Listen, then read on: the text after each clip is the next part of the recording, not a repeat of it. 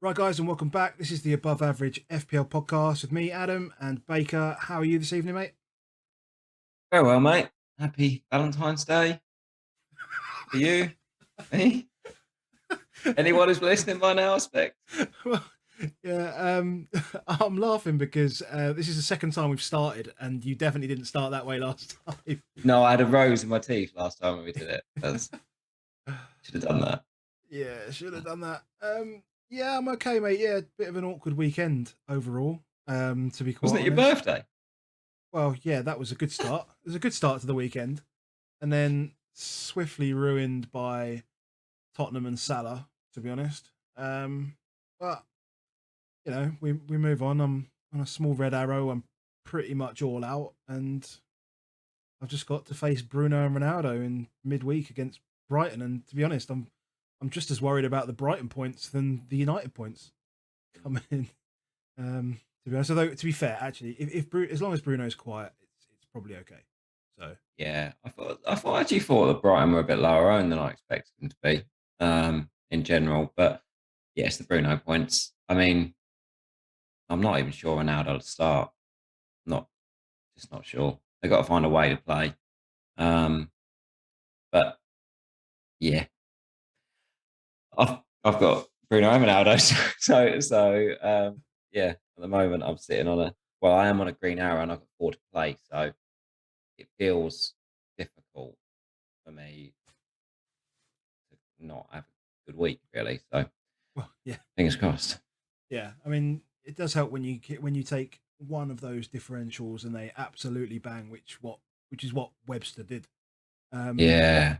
yeah, sometimes it seems like if you can find that one, if you can find that, Mm. if you get that one, that differential hits, then you guaranteed a green. That's just the way it Yeah, is. you need some luck as well because that was complete necessity. So I I looked at my moves for 26, and I just started thinking about the price changes by not having Salah. Um, I wanted Dunk, and I'd have had zero point 0.0 in the bank. I'd taken Dunk. Not zero point 0.0 in the bank. So as a lie, because I've got 1.6 and I was moving off Alonso, but I'd have had zero point 0.0 in the bank. I then did the moves I was planning in 26. Yeah, And I was like, well, Salah's going to go up. So I've got to then do Salah immediately on Saturday or today. Um, and then I looked at Lamptey, and Lamptey was zero point 0.3 cheaper. And I was like, oh, I can just about do that. But then I looked at the players I've got. Bernardo's about to drop. Ronaldo's about to drop. Salah's about to go up. And I thought, even that, I'm really feels struggling. close. So I was like, I'll just try and take that extra point one of a gap and go Webster. And saw a few people say he was, nailed and got a chance to go for it. Did a bit of reading and saw that, he was being tipped for England call ups and thought, yeah, there's a good chance on it. So just took a punt really to free money up more than anything else. Yeah. And just got very, very lucky with 15 points. Yeah, I mean, to be honest, actually, I mean, when I was planning initially, I was looking at Veltman, um, Mm. and then somebody, I think it was from the Planet FPL Clash of the Correspondents, somebody said they weren't sure. The Brighton correspondent said he wasn't sure that Veltman was nailed, and I was like, well, if the Brighton guy is saying that Veltman isn't nailed, then maybe I don't want to go down there, and that kind of it might have made me look towards more the short, more towards United as a cover because I wasn't considering I was trying not to get a United attacker in because that was just a book transfer back out. Yeah. Um, but especially because Bruno was always going to be Salah in 26. So if I went for which I did for Dallo, then Dallo can sit. I can have Dallo for 26 against Leeds and it's okay. Mm. Um, so that's kind of why I went there instead of Veltman. We'll see how that pans out. I'm already losing that battle, so which Yeah. is a bit of a shame. But yeah, Craig Dawson. Craig Dawson stuck on my bench. The only man left standing. Yeah. Everyone else was either played or couldn't play. Um, he sat there looking at me. Ah well, Oh, well, mate. you can leave one Yeah, behind when you got Webster there. That's fine. exactly. Feels like a tip. Yeah. Cool, cool, cool. Well, so if anybody doesn't know where to find us already, the podcast is on Spotify, Google, Apple, wherever you get your podcasts from. We're also on YouTube. If you're watching, thank you very much for watching. YouTube.com/above average FPL on all platforms. Make sure you like, rate, review, subscribe, do all that really easy stuff that doesn't take much of your time, honestly. If you want to talk to us and engage with us, drop a comment down below in YouTube or drop us a DM on Twitter. Better yet, follow us on Twitter at above average FPL and at Baker FPL343. The podcast is supported by one of our friends. So Dan has kindly supported our podcast this year. He is at CryptoBlockDan on Twitter. If you're interested in crypto, NFT, and NFTs and their use cases rather than just JPEGs of apes, perhaps, then head over to Twitter, follow Dan, and he's got some good info on there, and you can drop him a DM, find out a bit more. Cool. So, weird just us two, isn't it? It's been a while. It's been busy. It's been busy the last couple of weeks. So yeah, I think we should say thank you to the guests that we've had. So we had Sonaldo and Bruno. So Andy and Keshav, thank you very much. And obviously the boys that and Tom Freeman next, obviously, and then the boys that came and joined us for the everyone but Boona, the letdown, who came and joined us for the watch along on Wednesday, which was good fun. To be honest, it was a good laugh. So to Andy, to Gianni, and to Brunel, cheers for coming along. Really appreciate having you guys on, and we may do another one of those in the future. You never know.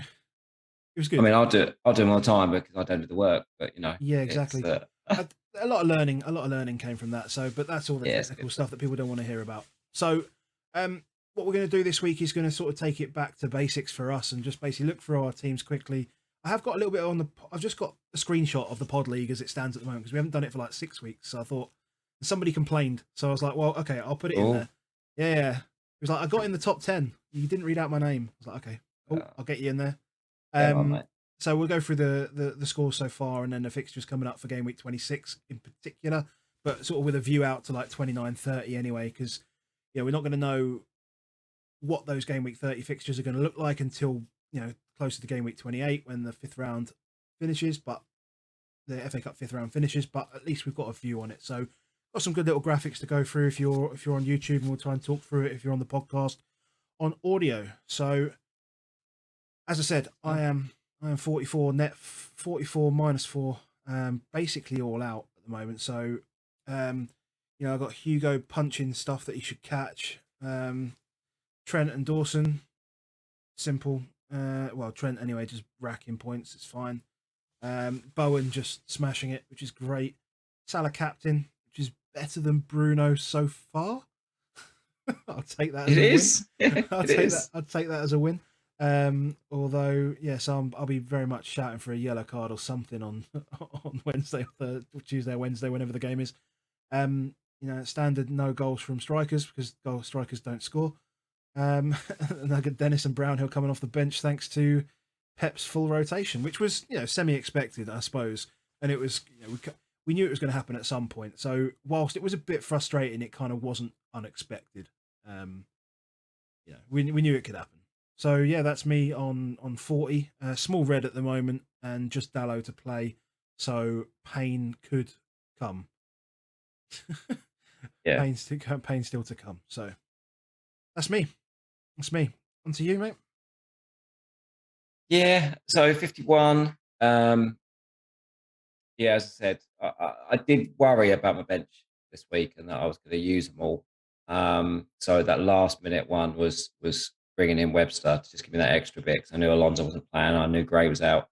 But that did mean that by strengthening the bench, I ended up with Dawson stuff on my bench with goal at the end there. But no good. 1 pointers from Emerson and the like. Felt like I've missed out a fair amount with Bernardo finally in good positions, but couldn't get any returns for me. Bowen gets points because Bowen always gets points.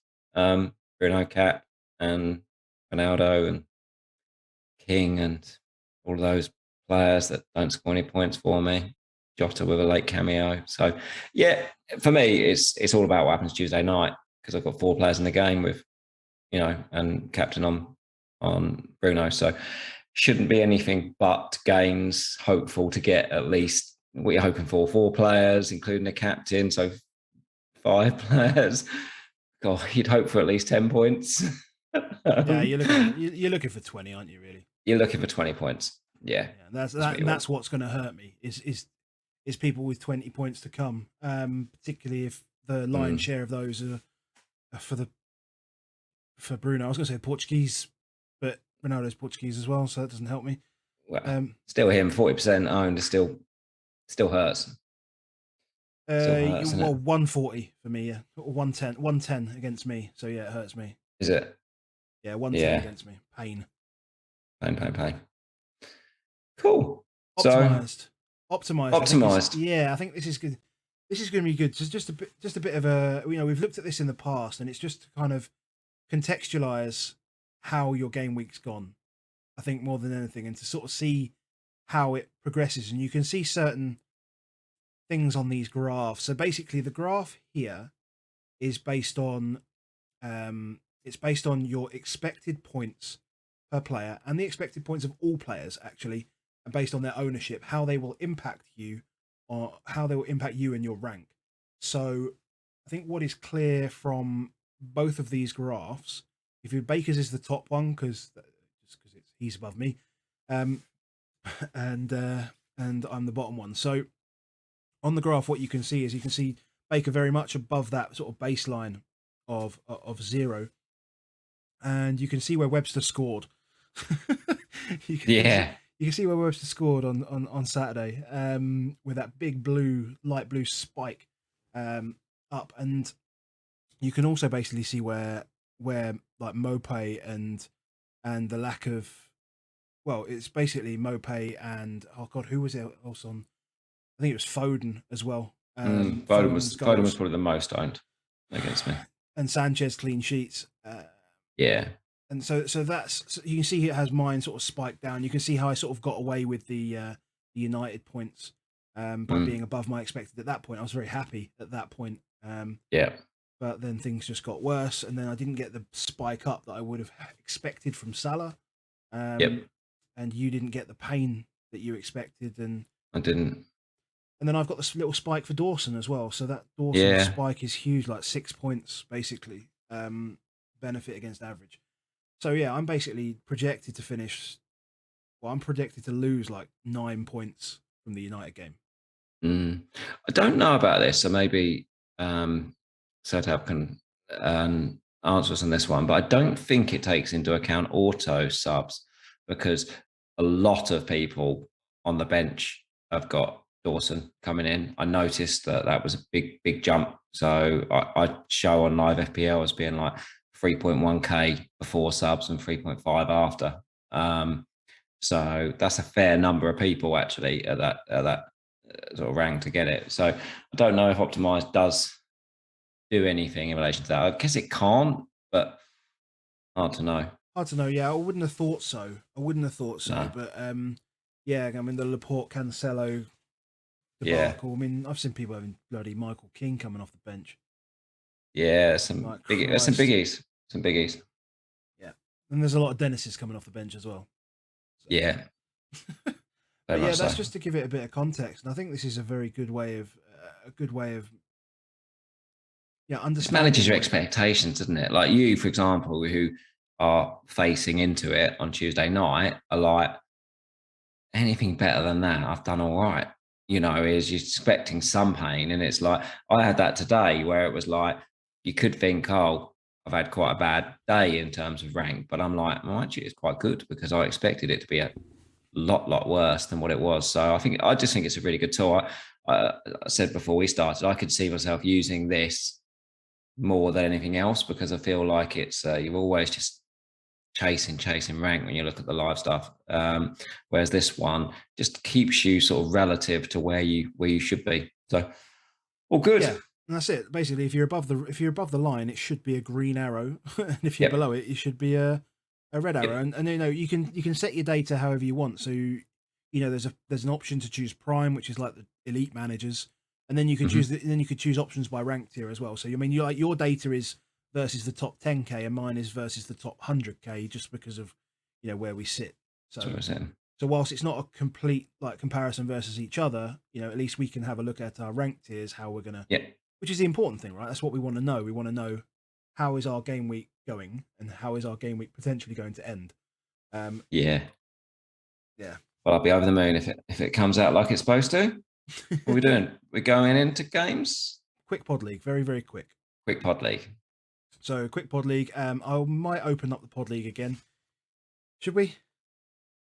Well, we've got some new listeners, so if people want us to open the pod league, put some comments in the YouTube or put comments on the Twitch.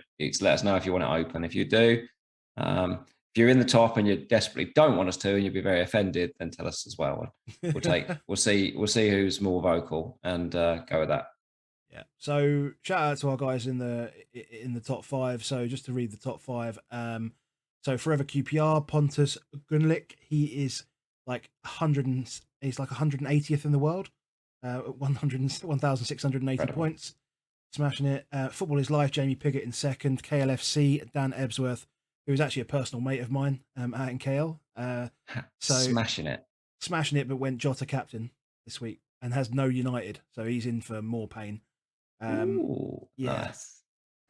On 1,656, Saffron Sword, Milan Singh, same points total, and then poor man's Leeds United, Dan McCarthy on 1649. The guy that wanted me to shout him out, I'm sorry, I'm going to out you on this. Carl, well done, you're in the top 10. You're 10th there. Carl Smith, 1,629. And I did take it to the top 15 just so I could include you as well, Baker. There you are in 12th, 1,626 points. So, yeah, well done to all of you guys. Keep smashing it and go for it, Pontus. Go and win it. Go and win it. You boys at the top. Pontus, Jamie, go win it. Sancho cap. That is brilliant. Love it. Wow. Still got a game to go. Wow. Games. I mean, weekend. Like, I do blame the rain. So I noticed it in midweek last week, and I guess I'd probably notice it more. I am down, just outing myself here where I am, but I'm out in the southeast of England and in Kent, and we don't get a lot of rain down here. Like, it hasn't rained here for about a week, like nothing. But every game I watch is just pelting down, so you kind of notice it more when it's never raining here, and I feel like it just makes for some really bad games. And a lot of the times, the cameras are good enough now that you don't kind of notice it until they sort of pan in on like a manager there, or they're queuing up for a corner and you're like, cool, that is bad. But midweek last week and this weekend, some of the conditions have been rank to play in. And I do think it does make some odd football at times, and less quality football at times. And so, I don't know. I just find it quite hard sometimes to read of what does that necessarily mean for teams. I did go and look at the forecast for next weekend, and it looks wild. It does not look any better at all, if not worse, next weekend. So brilliant. I think the last time FPL Twitter was on Rain Watch was actually the last time Salah was playing against Burnley. Yeah, I remember some FPL review came out with that he actually plays better in the rain, doesn't he? But I do feel like it does make some teams quite open to chances, but then it also just feels like no one's going to take the chances. Like, everything just seems to be a bit low quality, a bit just meh, I find. So I don't know. A lot of the football I thought this weekend wasn't of the greatest quality. Start with Man United Southampton, shall we? Yeah. First game. It's interesting because, I mean, the XG obviously heavily favours United, and I thought that particularly in the first half, I thought Southampton were quite good actually, and created a lot of problems for the United back line. I mean, one thing that I have taken away from this is, like, I feel like Brozier is just an absolute must buy. I just think you have to have him. It doesn't really matter whether he's who he's playing against, and fine, you can question like Harry Maguire's quality as a centre back, but I mean, he made him look like a child, and he's bullied Tottenham midweek, and he's bullied Man City defenders 2 weeks ago, and there's a reason Southampton haven't lost a game in the last 3 when they faced 3 relatively decent teams. I think a lot of that XG as well came in the first half for United when Ronaldo missed basically the open goal that Perot cleared off the line. But Sancho's goal was a high XG as well because it was a tap in. I mean, it probably flattered United a little bit, that XG. I mean, from those two big chances more than anything. And I thought Southampton were more than value for their point. I mean, they're a good side playing good football, and they play good as a group as well. I mean, Yeah. that's the thing I noticed. I think if you're on free hit right now, and they've got Southampton, have got Norwich on in that game, though, would you go Brozier or would you go Adams? Because money's not likely to be an option because of none of the Liverpool players. Still like Brozier over Adams. Yeah, I'm not so sure. I'm not. I looked at him and I thought, I wonder on that one. I mean, I haven't looked at any stats to support that. It's purely an eye test feel on Brozier. He's just a really comfortable young player. Just really, really comfortable. Yeah. I know what you mean about the United thing, and the XG total will make it look one way. But yeah, like you say, it's basically four chances. They've got four chances which are over half an XG. So, and look, you get big chances like that, you should score more. But yes, Ralph, I thought did some clever things watching it back. I didn't watch it live. I then watched it back. And what I noticed was, when you've got a team that have had their manager for a little while, they can adapt so much quicker than a team that can't. We see that at Tottenham. Rangnick sees it at Man United, is that whether they're good managers or not, sometimes they can look worse because their team can't quickly adapt, whereas other teams can. So, Ralph set them up in a 4-4-2. This is Hassan. You've got Ralph and Ralph. Sorry. Yeah, Ralph Hasenhüttl. So, yes, Hasenhüttl set them up in a 4-4-2. And then basically when they were getting hammered on that first goal, he just drops Romeo back into a centre-back and then says, you go as wing-backs now, Perot and Walker-Peters. So you effectively then got a 3-5-2. Yeah. And then they just covered all those spaces. Those 2 XG that they run up in the first 20 minutes, suddenly it just disappeared. And it was like, if we keep these spaces, all you've got to do with United is get in a position to run at them and you'll get through them, And if you look at, say, McTominay or Fred's, Pogba's heat map, like they just don't stay in position. So eventually they'll leave their position and you just go straight through them. And that's what they did, is they shored up, put the 5 across, pushed up forward, much further forward with those wing backs. And then, when they got in front, got back in the game, they were able to sort of pull Romeo a little bit further back into midfield. But I thought it was clever, that he could adapt it. Whereas you saw kind of the other way around of United, they then almost went to this weird formation, when you bring off players like Alanga on for McTominay and you're trying to get a bit more pace up there, you bring Lingard on for Rashford, because you're never bringing on like for like, you're just trying to put people in positions that you think might score goals. Yep. It's just messy and it doesn't actually work very well. They got something like about 0.3 XG over the last half an hour. The game just died out because it was like, we've put all these players on, but no one really knows what to do. And Southampton were quite happy. And actually, if anything, I felt like they were the team that might nick it for it. But it just showed that, the benefit of having a manager for me that's been around with that team and has had pre-season, as opposed to you walked in, is when shit hits the fan, I just really, really struggle to react. And it's very, very rare that you see a manager make such a sort of scathing comment of the opposition, as we saw with Ralph Hasenhüttl did. I think we should remember So Ranić used to be the director of football at Leipzig, and Hasenhüttl was the manager, and he wanted us to play a different way, and Ranić didn't want that. And they sort of had a falling out despite him being his mentor. So I don't know whether it was trying to protect Ranić a little bit, that his players couldn't play as good a structure as he said. But he basically said, it's not a big secret that they can't run in the second half, and their reverse gears are not the best.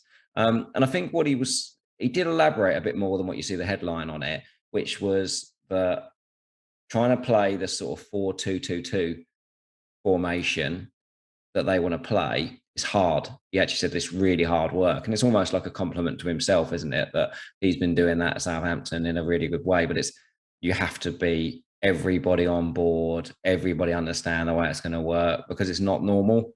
And I think he just feels that team trying to do it mid-season just run out of steam. Yeah. Yep. That's a fair assessment. You do wonder, though, where do you get more legs in the second half? Because the easy way to get more legs for me is take off Cristiano Ronaldo. Yes. That feels like the easy way for me. And I do wonder. I There's wonder if Southampton did talent, it, but they haven't got any. They just don't. They don't have the youth up there at all. As much as the young players that they have, they're all in those. Well, in theory, that's what should work, though. In theory, you get your Ronaldo, Cavani, that's not so mobile, and everybody else runs around him. I guess it doesn't really work in a 2 at the top. Maybe just a 1, but there's a lot of it that should work. McTominay should work. Bruno should work. Sancho and Rashford, young, quick, powerful players. There's a lot of it should work, but it just feels a bit like. Thought Luke Shaw was good again. Well, I watched of him. I think. I'm not sure if they ever become an option, because I'm not sure they keep clean sheets, but feels like there's a place for him at some point. Maybe he's a free hitter for me. I might do something if a free hit in 27 when they're home to Watford, like do Shaw and Tellez, and just hope for the best. Yeah, that's fair enough. Fair enough. Where we going? Well, Brentford Palace. I mean, I even forgot this game existed, so I actually haven't watched any highlights. I actually watched Match of the Day this morning and went to turn it off, and then I was because they did like a little break, like it was about 55 minutes in or something, and they did a little break, and I went to turn it off, and there was there's 20 minutes left. There was this game.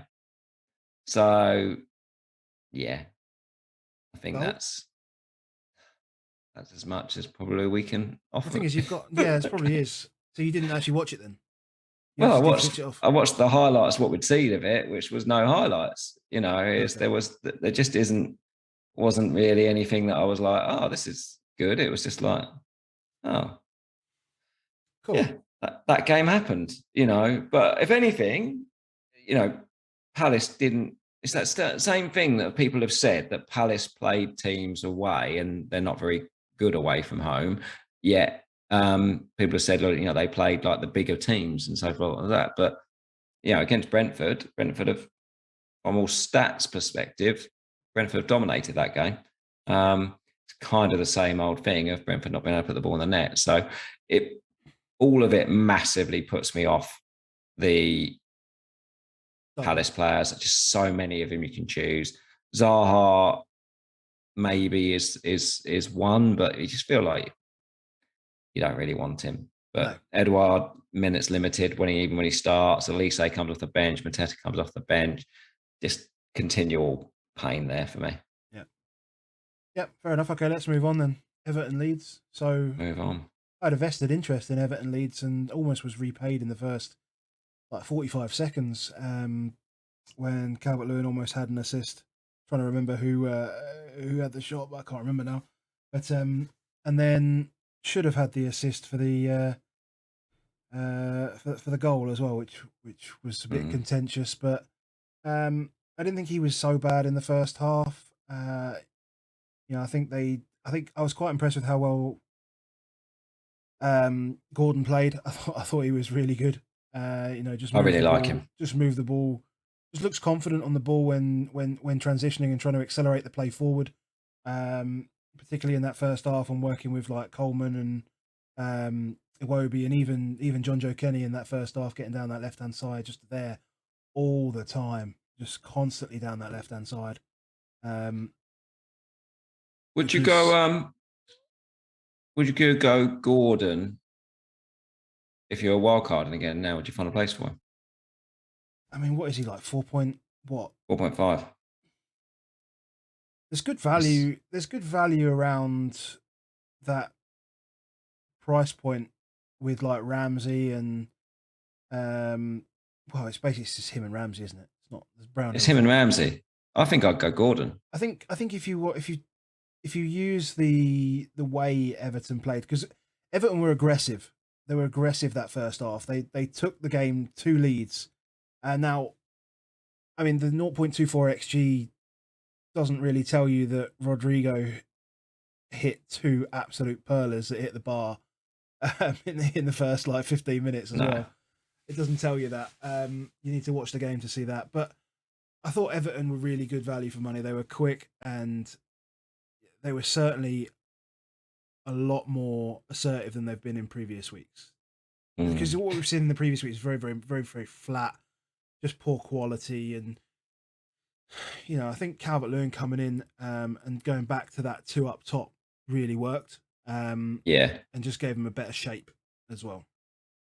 There's just the problem with Everton continual is that there is a number of players similar to the Palace world, isn't it? In that world where you've got, how do they fit Dele in, and then Gray comes back probably next week. You know, Alex Iwobi somehow still gets games. I have no idea how he does. I mean, don't understand it. But I think, you know, I feel like going Ramsey at the moment is probably better short term, just because of fixtures. You know, they'll have City then. Well, though Tottenham's probably not the hardest fixture. City, then Tottenham, then Wolves in the next 4, and Southampton as well, who will press them high now as well. So, you know, it's going to be a test for those 4. Villa have Watford in that same stretch. So they're both good options. I mean, they are both good options. I just think Ramsey looks like he's more certain to play. Gordon looks like he does take a lot of set pieces for them, and they've got 3 games in hand: Burnley, Newcastle, Leicester. Quite like it, but then I like Villa's Burnley and Leeds in hand as well. So yeah, it's a difficult one, but he's definitely on my watch list, Gordon. It feels like when you've got those young players like Ramsey and Gordon, you kind of want them on their first season, don't you? The way you really see him. And I know he was about last season and got a couple of cameo games, and I think it was a 4.5 forward last season. But I quite like him. Not the others. Not going there. Not going to Michael Keane. Not going back there. I've never been there, I don't think. Oh, but, God. It's not a place to go. I'm desperate to get off DCL. Although like, all the strikers are rubbish, so you know, just pick the cheapest worst one you can, or the cheapest best one you can. I think is probably the best way to go. Yeah. Talking of cheap strikers that have done all right this weekend, though, might as well go over to BrIghton. More pie. Yeah, it was when you messaged me and saying, "Did you go more pie?" No. Hello. What an idiot. Do you think he shinned that goal? It looks quite good, but I'm not sure. I think he might have shinned it. I don't know. I like it. I like the finish. I think he means it. I think he means that. Just to curve it into the top. Just to hook it. I probably need to look at it again, but it just looked to me on initial contact like he shinned that. It looks like an untidy hook, doesn't it? Do you know what I mean? You know when you've hit one and it goes in and you want to reel away and say it, but in your head as you're reeling away, you're like, shin that. I think it was good. I think it was good. I'm going to give him benefit of the doubt. I think it was good. So it's good. I think he'll cause United trouble, and I just wonder if there's the old, history there with him, because it was the game with the Bruno after the end of the pitch, after the end of the game, wasn't it? Mm. Didn't he do the old crying That's where he did it, wasn't it? The game. Well, no, The that game. was that not the one that where he missed the penalty? Yeah, I don't know. Didn't he miss a penalty in that one as well? Did he miss a penalty? I'm pretty And then sure. didn't he give away the penalty? He did give away the Yeah, penalty for Bruno as well, didn't he? that's it. Yeah, I think that's how it. After the how it whistle had worked. finished, and then he went back and gave it to him. Yeah. Yeah, What a yeah, disaster. yeah. So yeah, let's see how he goes. It goes in that night. And yeah, I said obviously I got like Lamptey. Veltman. So Veltman was right back. I felt like, and Lamptey was just right wing, just outright up there. Veltman smashed it on the bonus, didn't he? Absolutely smashed it. I don't know what happened there because Lamptey got booked, right, and wasn't in the bonus at all at full time. And Veltman was on 2 bonus. And then literally like 5 hours later, Lamptey just jumps from no bonus up to joint 3 bonus. So they must have reclassified something. I wondered if somehow they'd made a mistake and he hadn't got booked or something like that. I just couldn't work it out, but yeah, he did. But who knows? Who knows? Watford. I played King over Dennis and was very lucky in 2 ways. One is that Dennis didn't haul, although I ended up with Dennis coming off the bench anyway. And 2, obviously, that I benefited because Webster kept the clean sheet from it. But I actually thought Dennis was good. He was good, and he was on set pieces as well. I didn't realize he was on direct free kicks. Yeah, which was good in a sort of Boomo type way of terribleness. Yeah, I mean, it's like. Who one player I thought was unlucky to score in that game though was Moda. I thought Moda had 2 or 3 really good chances. I don't think his XG reflects that, but yeah, his XG is about 0.3, and I thought he was very unlucky not to score. He did have 2 or 3 shots in the box that were good quality. One deflected, one hit the post, and one deflected round the post, and yeah, it's 4.5 as well. Again, yeah, just cheap.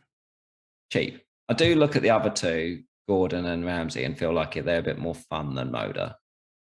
Still getting in the same positions though.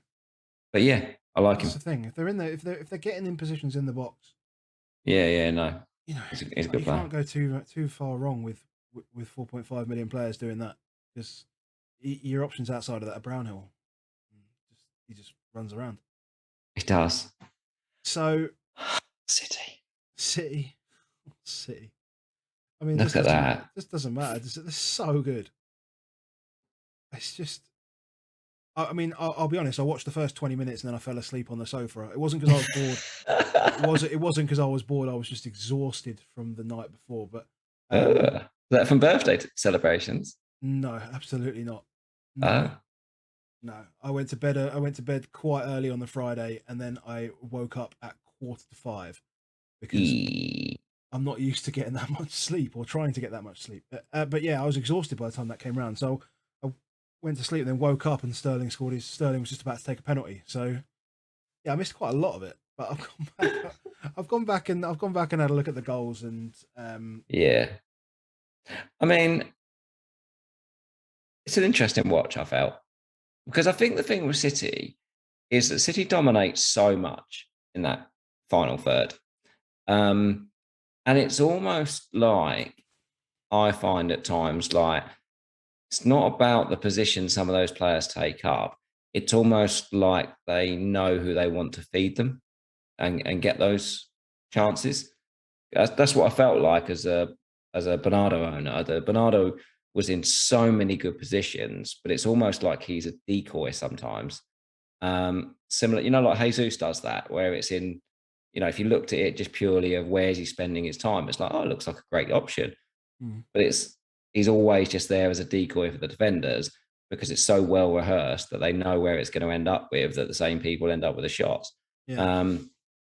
And Mahrez and Sterling, were where most of it ended up. I felt like Foden. I know Foden got his goal and he was actually had an offside goal as well, and missed a decent chance as well. But yeah, I felt like he was slightly much more peripheral in a way than Mahrez and Sterling. I thought they were the 2 that it was just the ball was just going to them every time. And every time they got the ball, it was like, oh, off your feet. Whereas Foden does so much.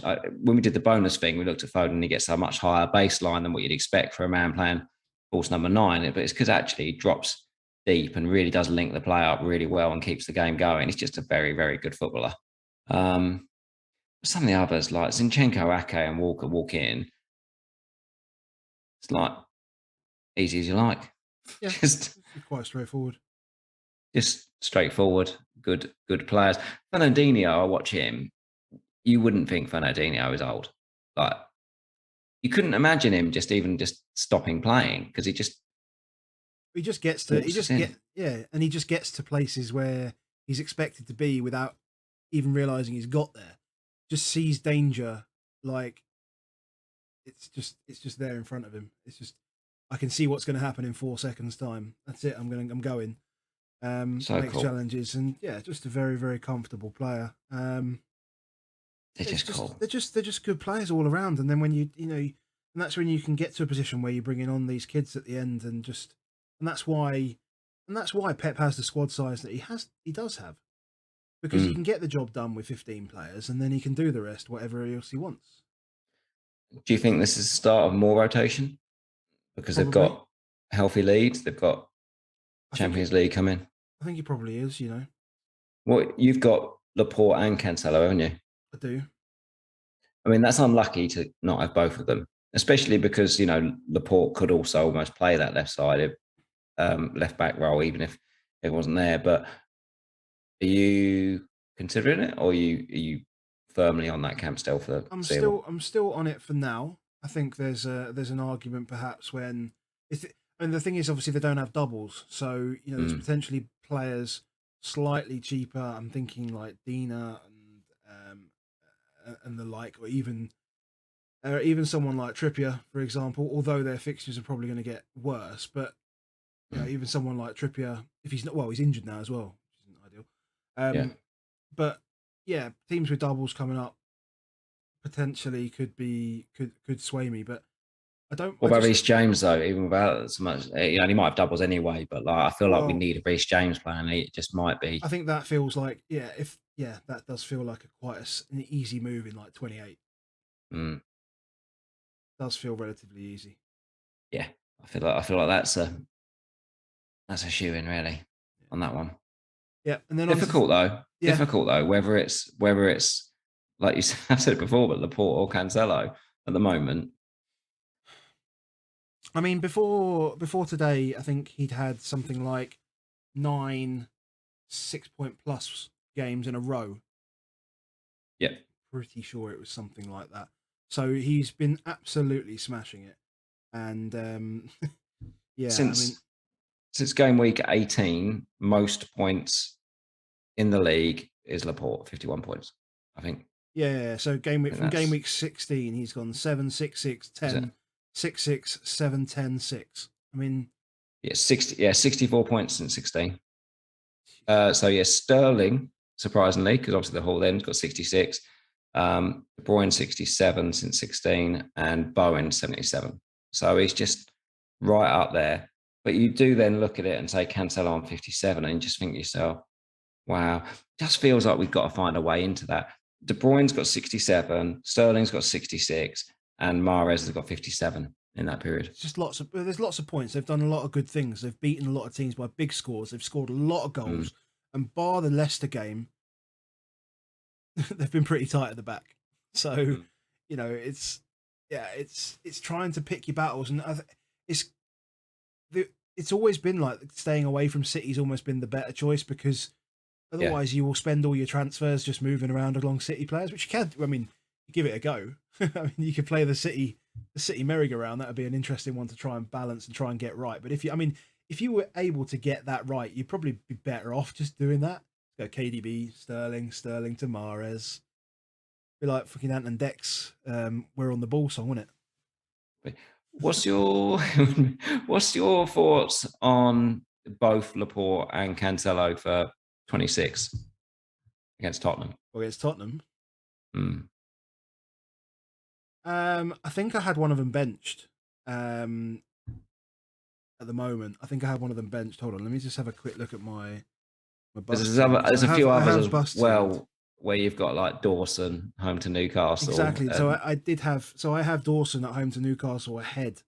In fact, I have Dallo benched as well at the moment, which makes it. Yeah, I'm looking at like Cancelo, Trent, triple captain, Dawson. So. Would Yeah. you bring in a double player? Would you bring in a player playing 2 games in 26 over, say, Dawson home to Newcastle or Laporte home to Tottenham or My biggest any of issue those is ones? the best people to the best. Well, it's either got to be Arsenal or Wolves, hasn't it? Yeah, Really. And if I go for a Tierney, then I've got to basically make a transfer in 27 to get rid of one of them, or I'm going in with 10. I don't yeah. have Ramsdale, so I And will that's not have worth it, is it? It's not no. worth it. It's not. So I'm probably better off going Wolves, and then But is it like, or do you just take yeah, the that's fact true. that Laporte's averaging like 7 points a game and And just say that's think good enough. Take it's the pretty 7 good? points. It's pretty good, Yeah, it's pretty you good. know. Um, yeah, I think I would opt, I think on defensive options, I would opt for a good single game week one over trying to get a doubler Yeah, for me. I think I could improve. I think I could improve Dawson against Newcastle, particularly how Newcastle are playing at the moment. Mm. 3 wins on the spin. A lot of us have got BrIghton defenders in though. So like, Cucurella, Dunk, Webster, Lamptey, Veltman, any of those home to Yeah, Burnley. I'd just keep him. Just keep him. Yeah, I think I would. I mean, It does make me think on free hit, Mr. Zoff and the wire mentioned about the fact of maybe just going on the attackers because Everton actually scored well home to Leeds. And just looking at those stats there, De Bruyne, Mahrez, and Sterling, they're options on free hit. That who's going to have those free? Because most people have taken them out in 26. So on a free hit, going all 3 of them away to Everton, probably that could be fun. you get 2, wouldn't you? Minimum. And it's easy that with the likes of And then you don't need the Brozier, money. Yeah, you don't need the money yeah, elsewhere. That's quite a clever way of doing it. I think you might have yeah. let the cat out of the bag there, but yeah. Mm. That's what we're here Well, for. just as soon as I looked at those points there, I was like, oh, quite like that. So be very interested to see how they play, but that might be something. But Well, hey, they beat him 7-0, didn't they? So yeah, but it's how do you not have a City defender when they're just so tight? It's difficult, isn't it? it's tough. It's tough. I mean, Diaz picked up 2 bonus this week as well. So I mean, it's not a 6-point clean sheet. Very rare. Laporte, for example, any game you feel like he can just score. Cancelo can always return. Yep. So right, moving on. Newcastle Villa. Is that what we're on? Newcastle, not Burnley, Liverpool. You missing that one out? I thought we'd spoken about that one. You don't want to talk about Salah, no? Not really. Yeah, I tried to be clever, tried to go ahead of the curve and get Salah points this week. I mean, like when I saw his ownership at like 45%, honestly, I was just like, this is a dream come true. Imagine having a captain Salah at 45% EO. The thing is, it did occur to me Saturday morning, or was it Saturday or Friday afternoon? Friday afternoon, was it? Saturday morning? What's Saturday morning? Wasn't it? Saturday morning. Mate, that's how long a game's been. Saturday morning, it did sort of occur to me that if Bruno blanks in the early one, it's just a straight shootout, effectively. And that's ultimately what it's ended up, isn't it? A straight shootout. And then you kind of got lucky that it's not there. But the one benefit for those that have gone on it is just the money. Because I'm looking at tonight, I'm probably not going to. I've probably swayed away from it now, but I came onto this pod thinking I might make moves tonight because it's going to go up again this evening. And obviously it's the counteract. He goes up, all the money in the game is being sucked to him, and everybody else is going down. Yep. And so KDB went down last night. KDB went down, Kane went down yesterday, Ronaldo's going down tonight. But Bruno just went up, so he managed to sneak in. So you're all right with Bruno, but it's everyone else that's just the money is being sucked out of the game into him. Feels like like in crypto when like all the money goes to Bitcoin, all the alts just fall apart. That's exactly like this world at the moment. That Bitcoin is back, Cool. Yeah. It's like a plug for our sponsor. No, you've done well there to shoehorn that in. Yeah. Managed to sneak one in. But I actually thought Burnley were really good today. I was really impressed with how solid they were. They defended much better than I've seen them for a while. They did not look like a team. I felt like I'd be really sad if they were out the league watching them play this morning. like, and I don't think I felt like that earlier in the season. I thought that they worked hard and they just should have scored, and their stats won't show it almost because the shots were so bad. Like Yeah. Weghorst had a great chance, and it was so bad that I don't think it registered for XG Brilliant. because it ended up almost looking like he'd almost passed it sideways, and then Trent knocked it out. And I just looked at the timing charts, and it didn't the XG didn't go up, and it's like what should be like a half XG chance. So that is one of the foibles of watching some of the stats and seeing what you see with them is you've got to sometimes watch the game, but how they didn't score today. Addison obviously gets top bonus, was excellent. Again, as he always is, just positionally, people they just shit themselves. Is they just shit themselves every time, and they do stupid stuff. And he's just in the right position all the time. He's just such a good keeper.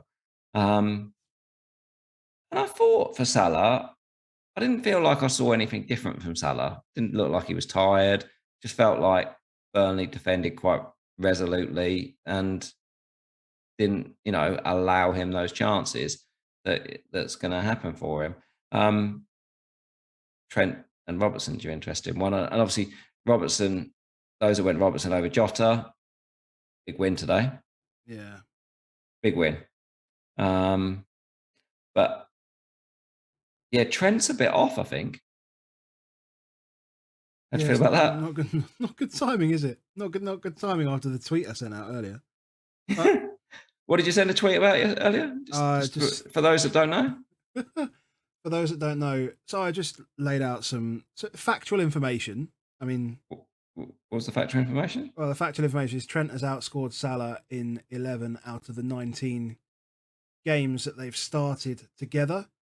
Not including the Leicester game from last week, not including the AFCON games that Salah was away for, and not including the games that Trent was injured for earlier on in the season. So Trent has outscored him 11 out of 19. So 11 Trent, 8 Salah. I did frame a more recent stat that said that actually, if you look at it, because people like to look at form, right? We call it framing, call it form, whatever you want to call it. I think it was Kazza that challenged it, and he started, I think, the form debate on FPL Twitter. So. Yeah. So yes, I mean since Salah did have that mega haul, and he did have a mega haul against United. What was it? Trent has outscored him 9 out of 11 times, which I think is a lot, right? I mean, but somebody did counter out and say, look, you need to look at these weeks in doubles, right, in pairs rather than in isolation, which is true in truth. But how you match those pairs up when it's just more complicated? And I think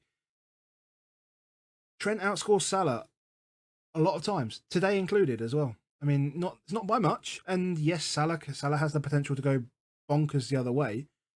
He's only gone bonkers beyond a Trent score once, though, right? It's only that 24 pointer where he's out. I mean, Trent has had a 15 pointer. He's had an 18 pointer as well. So, I think he's had an 18 pointer. If not, he's definitely had a couple of 15s.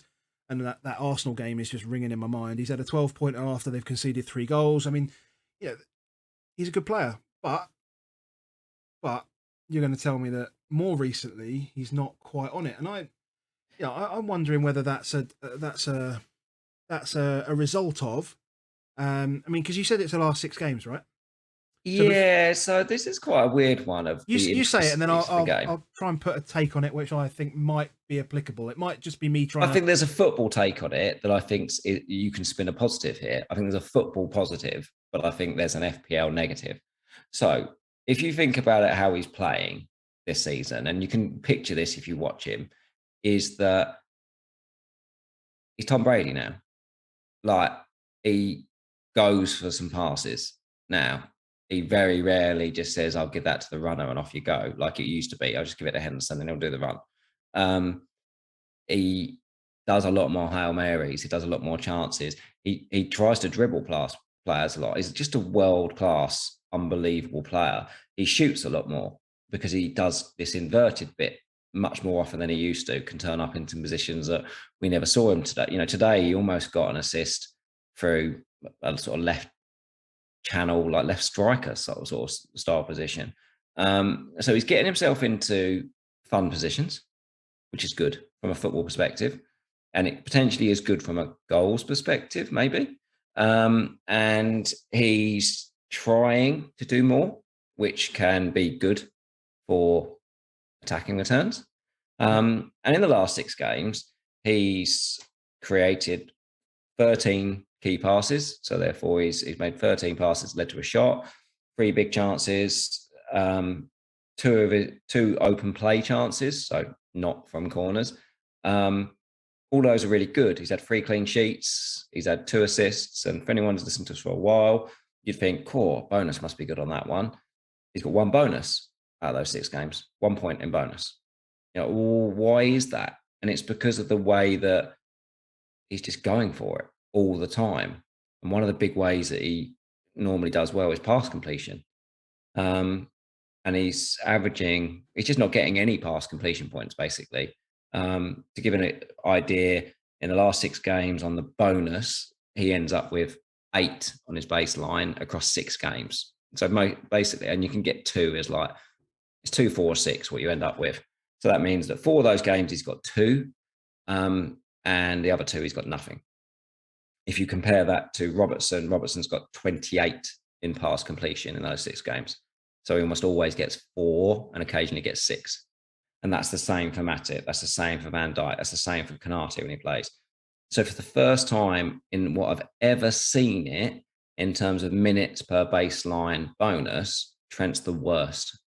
So he's currently performing at 6.8 minutes per baseline bonus compared to Van Dijk 6.5, Matip 5.3, and Robertson on 5.2. So at the moment, Robertson is just smashing him up. Matip is doing good things, really good things at 4.9. We're never going there because there's just 3 better assets to always have, but is a really key player in that team. And Van Dijk's Van Dijk. So just to put some context on this is the last 6 games, right? Last 6 games. So he was before that for the whole rest of the season, 4.8 minutes per bonus. So just putting some footballing context, some opposition context, and some game situational context on it. 6 games ago, they faced Leicester. They were behind after Salah missed a penalty. Very different game than they're used to. He wouldn't rack up high pass completion unless they're dominating the game, right? And but Robertson is. So how are the 2 fullbacks on the same pitch? Okay, so like that's fair. And that's the bit that so he's pushing it. He's pushing the envelope. I don't know whether Salah's a factor as well. And I know Mane's not. I think the fact that Salah and Mane are not there as well. I'm trying to find a reason behind it, right? So the fact that Salah and Mane weren't there for 2 games as well changed the way that Robertson impacted the game for Liverpool versus how Trent impacted the game and how Liverpool played the game actually, because a lot fed down that right hand side, a lot fed down that right hand side and focusing on Salah, and Mane would very much be the target man, whereas Salah would not be the target man, but he'd be the man where you play those short into passes. So basically, Trent's involved in both elements there. Whereas when Mane's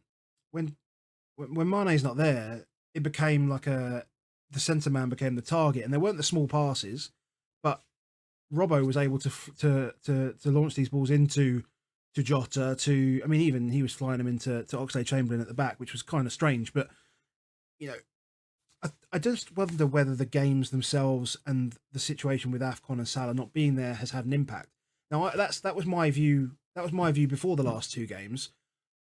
Not to say that anything's really changed in the last 2 games, but I wonder whether things might change. As now Salah is back, and if he gets some rest, and I don't know. So I think it's worthwhile saying that yes, Trent has seemingly regressed and is doing things differently. So he's regressed from from a points point of view It's and still a brilliant. bonus point of view. Like, it's still really good, that number. Yeah. But The it's problem just is that is in Liverpool you are competing against the rest of that back line.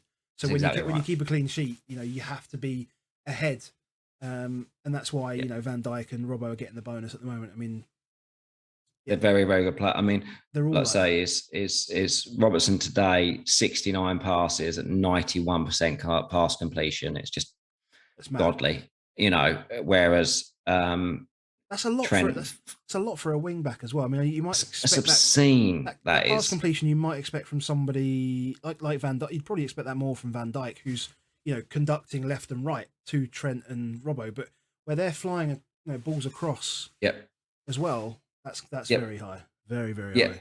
Yeah, includes 6 long balls and 6 so 90%, but he was only 1 from 6 on crosses, so he's losing things there. He actually made 6 crosses today compared to Trent's 3.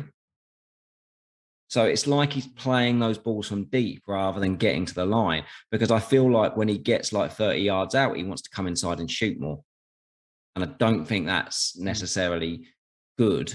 But what I do see, like you say, is maybe Salah back changes it, which just tells me Salah's the man again, and it just leads or do all avenues lead to that ways. But for pass completion today, Van Dijk was 88.9 and Matip was 85.1. So you just see like they automatically he's got to be creating probably 2 big chances, because just creating a chance only 1 on the bonus, you see. So if you're already giving away 6 points to those 3 on the baseline, like you ain't going to get that back off just key passes. You've got to create big chances, at least 2 of them at the moment, just to catch those 3 up, let alone when Alisson does what he does at the moment. And they are conceding chances. So Alisson is getting 3 saves most games at the moment. I think the interesting bit looking at this one is just how, as well, looking at data, is how good Robertson is playing. And Mane was back today and he still had another stellar game. Yeah.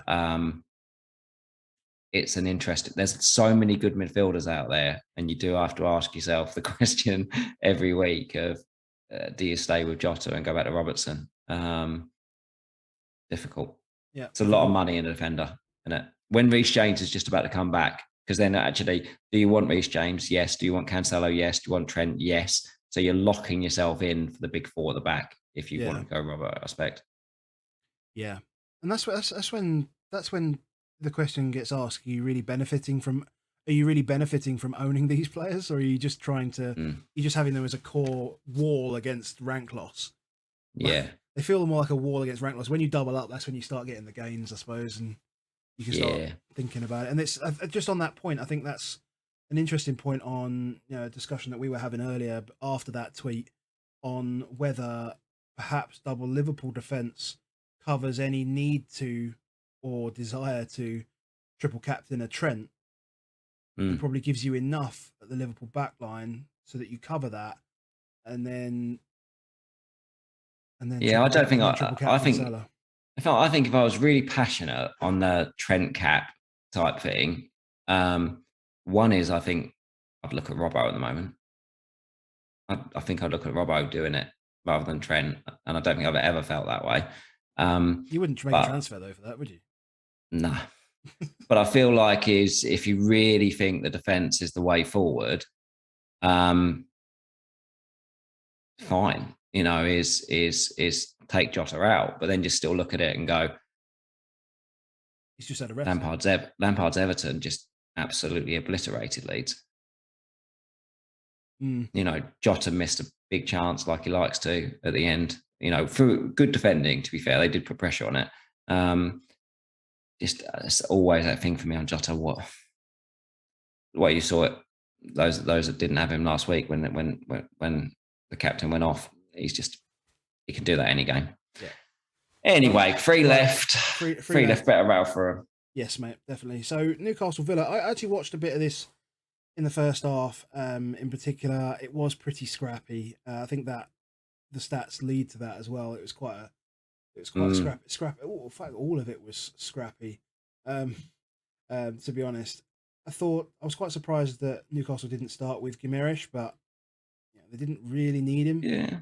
I thought that Watkins, apart from the offside goal, obviously, I didn't think he did very much today. To be They're no honest, pushovers, though, are they? I mean, yeah, it feels like old times with Watkins. It felt like a doing battle. that. It felt like a battle, right? It felt like a battle today, and it was two sides that are picking up some form or picking up some confidence at least. And it felt like that as well. Felt like there was a big push. The fans were great, and yeah, it was unlucky. It wasn't. If it was like 6 inches further forward, it would have been a pen. But I guess Trippier's not too unhappy about that little deflection, and he picks up. I mean, it's middle of the goal, mate. Like, it's bad keeping still. Well, it was a decent deflection. Yeah, I think it's good fun. It's good fun when someone just whacks it, though, proper whacks it as well. It is good fun. I did. I messaged a couple of guys, Villa fans, on it. Tom Freeman, who just said midfield three were bad, so on the Ramsey thing. And similar, I messaged Lee Jackson. Anyway, I'm sure Lee Jackson 92 on Twitter. He said, "Yeah, shit show, pretty boring game, pretty disappointing from a Villa point of view. They miss Nakamba. They just don't have that proper DM without them. That when teams go at them, so I think that could be good in an attacking way potentially, but I do think that clean sheets is difficult with them. Really don't see it. I think there was quite a bit of hate around to Mings for his performance today from looking at doing a few little Twitter searches, but yeah, it's I don't know. I think it don't buy, don't sell. Yeah, is the way on there wasn't much in the way of chances, as the XG will tell you. Nah. There wasn't really much going on. So, nah. So much going on. Tottenham, yay! That was it's funny because I was watching N17 live. I just flicked onto it on Facebook just before the game, and they were like, "We need to get a fast start."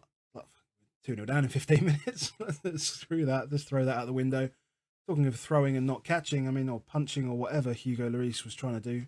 I mean, I didn't think we were bad in that first 20 minutes. Actually, I thought we were okay. You can't legislate for personal. Two ridiculous errors. No. And then the game just went away from us. Really, I mean, it was. I mean, Conte making that early substitution. I didn't really think we needed to change the shape that much, but I don't think you can legislate for when teams do it, but when teams do it repeatedly, you can start thinking, "Oh, that's an issue," because he could plan all he wants, but as soon as someone puts the ball in the net, it completely changes the opposition, completely changes the opposition's fans, it completely changes your own team. And when you do it through your own fault, it makes it so much worse because you're like, "Oh, here we go." And that's what happened in that Southampton game. We're comfortable, we've got the goal. We muck one up for ourselves. Ben Davies, bad error, and suddenly we're up against it. They get confidence, and then we're the better team. Wolves, like I say, wasn't a lot in it. We do really stupid things, just a terrible, terrible keeping, and just terrible defending all around that first goal. And the second one's even worse. And it's these weird things of just lack of composure. The goals are all lack of composure, where it's like someone whacks the ball at someone and does these things. And there's just a bit around, I'm not sure who the players are, and I'm not sure who the system is, and I'm not sure what we're going to expect. And it just feels like no one's absolutely clear on their roles suddenly, because we're in that evolve stage of honeymoon period's over, made a couple of transfers, a few people have gone, and it's like, I don't quite know, and I just think massively we missed Dyer. Yeah, I mean, the one thing is really good defenses don't make errors like that, and it's weird because you sometimes think, "Oh, that's a bit unlucky," but actually, I mean, that sort of error doesn't happen in Chelsea's backline. It doesn't happen in City's backline. Does happen occasionally in Liverpool. Does happen occasionally in Liverpool. They had plenty of those today, but they've got the best keeper in the world, so they can get. And then they've got the best front line in the world that just says, well, it doesn't really matter what's happened back there because we're going to spend the next 85 minutes up there. And the big difference is when good and world-class players make stupid mistakes, quite often they fix it. Do you know what I mean? Like, oh, I've lapsed, but then I do a brilliant tackle and get a way out of it. When someone like Ben Davies makes a mistake, it doesn't get fixed. Davinson Sanchez, Matt Doherty. We're not talking about the same calibers. These are players that can't afford to make mistakes. They're not good enough for it. It's just a problem. And if they keep putting the balls in the net, where do you go with them? I mean, talk about bonus, but I've mentioned it a few times now, but the game just loves Romero from a BPS. If somehow we can just sort that defence out, 22 on his baseline today. So that's 22, 17, 17 last 3 games, including 2 bookings. Like, he just needs to keep a clean sheet and don't do something stupid. Yeah. And he just nailed on for it. But I don't know if we will keep any clean sheets, because you don't expect us to keep clean sheet against City. Definitely not happening. And then Burnley. I'm not sure. You just think because of volume they had against Liverpool? I thought they were good today, Burnley. I thought they were very good. If they can get over 1 XG against Liverpool, they'll get that against us. So, well, yeah. You wouldn't go near them. And fullbacks, rotated again today. I mean, what does it say when Sessegnon comes off after 30 minutes and then you still don't? Yeah, you don't. You bring a right-sided player on and just went without. Sort of moved Davies a little bit over there, but just said, I won't bother. And that's the bit where it's so hard to analyse Tottenham, to say, I've had loads of questions about Son or Kane or where it looks. And it's like, we just threw crap at a wall. That's all we did. Like, there was no formation. There was no structure. It was just keep getting the ball and keep going at it. And they were good. Sice was good. I thought Kilman was really good for them. Dendoncker was solid. These are all big, solid, experienced players, know what they're doing. Sice, Cody, and Kilman is so much better than our 3. Like, it's just solid. It's just solid and organised, right? That's what it is. So solid. And Sar's a very good keeper. Yeah, very good keeper. Very good keeper. Yeah. So moving on. On to the last. Just finish it with Bowen's really, really good. Yeah. Really, really good player. Just obscenely good player. What more do you say about it? Antonio, yeah. And just going back and for clean sheets, either of these teams at any point. Ricky P with a goal, lovely. I feel like that, a bit of a throwback to 2019. I thought Maddison was a bit deeper today. I didn't watch it, but yeah, I thought it was a bit deep in the coming off at the end, but it was a lot deeper. I felt it just wasn't the fun Maddison that we've been seeing recently. Yeah, I'm not sure. With no games in hand for Leicester, for West Ham, sorry, I'm not sure I'll go any further than Bowen. I don't think I've seen a few people suggesting they're going to take Bowen out. Not at the moment. It's just so good. It's not worth it. So that leaves so good. Yeah. So then, how do you fit all these wonderful players in that you need? Because you need Salah, you need Bowen. You're looking at a 4.5. You may have Jota, you may not. You probably want Foden, but you're not sure. Bowen's got more points than Cancelo now. But it's just 148 points. We used to look at end of season mid-price midfielders. There was always like a handful that got over 150 points. James Ward-Prowse got 156 points last season, and I was like, tick that off. A midfielder about 6 million that gets 150 points, bang, 148 points this season. Yeah, still got 13. Oh wait, we've got a way to go. Newcastle up next. Yeah. Wolves in 27. Like, he's a big thing on free hit. How do you go away from him? But there's a lot of players you want. Like, would you go off Bowen at home to Wolves to go to Cornet, for example, or for Ward-Prowse himself, who's home to Norwich? Would you go off him for one of those? That's a tough gig. He's just so good, mate. So good. Anyway, that's what tells us a bit more fixtures. Yeah. So do you know what you're doing yet? No idea. What you're doing? No idea. Well, I think I'm going to end up free hitting in 30. It's so because we won't know in 27 whether we can free hit in 30 or not, whether we need to or not by the time 27 comes along. So I think I'm going to have to free hit in 30 regardless. Take 27 on the chin. I got rid of Lowton, so that gives me a little bit more in there. That's why I've got Dallow. Although I could have had a BrIghton. Was looking at Webster, looked at Veltman, but pass now. No, I don't really know what I'm doing. I still want to. I think it's more. It feels like it's a want as much as anything. I want to triple captain Trent in 26. It's a long week. I'm desperate to do it. I'm desperate for it to work as well. It might not be the best decision, but hey, it might not be the best decision, but do you think it's going to be a big negative decision? So home to Norwich, home to Leeds. What's the worst you think you're going to get from Trent? The worst, I would hope. The worst I think I'm going to get is probably 40 points, 39. Triple captain, yeah? Yeah, that's triple. Yep. 30.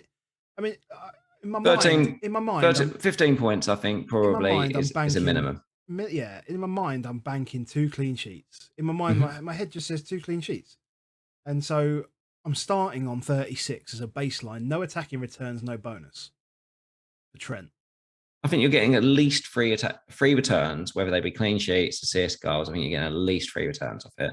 I don't think in any of their games he's going to concede more than 1 goal if he does concede. So, like, I just feel like it's 13, but it could be 20, 24, maybe. Somewhere between that range. I think that's the range.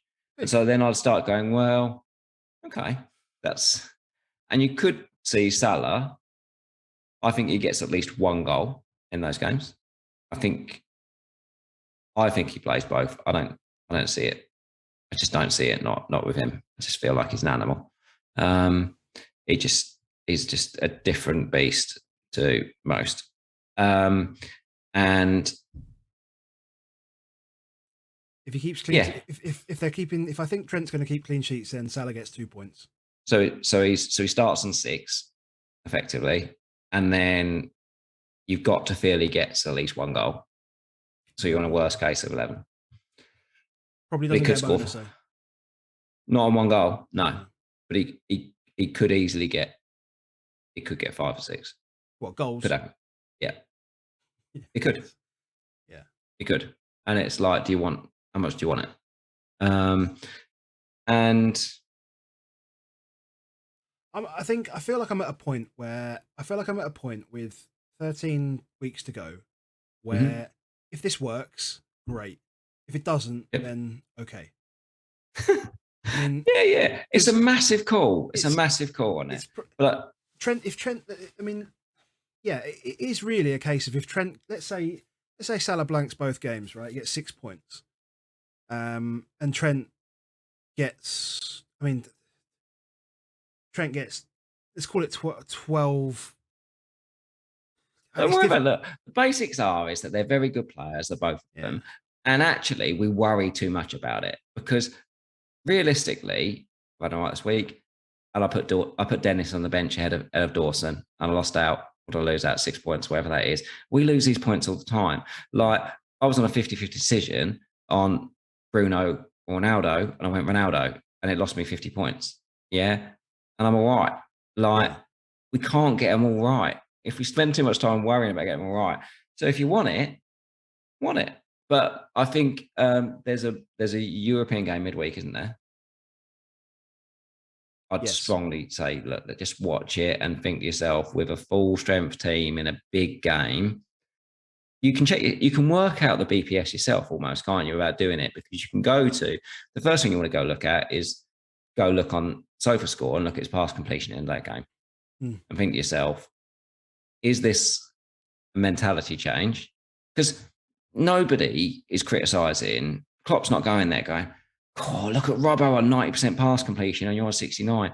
That's not like, they're not trying to engineer bonus points. That's not how they're playing the game. No. So if it's just genuinely a thing, then that might tell you, if I haven't got that bonus edge on Trent over Salah, that's probably that's a big weapon. Thing. That's probably the biggest thing. It's a big weapon. It's because it was always part of the armory, was having that over Salah. Yeah. So that's all I think you can do. This was like a real rushed game back today, but you go midweek and you go and you see, does it feel right? But I just feel like we have to think, does it feel right afterwards, and then go with it. For everybody else, it's probably a boring conversation because we're all just sheep and we're just going to go triple captain Salah. And thanks very much. Boring me, but it's a question of how much fun we have with the rest of it.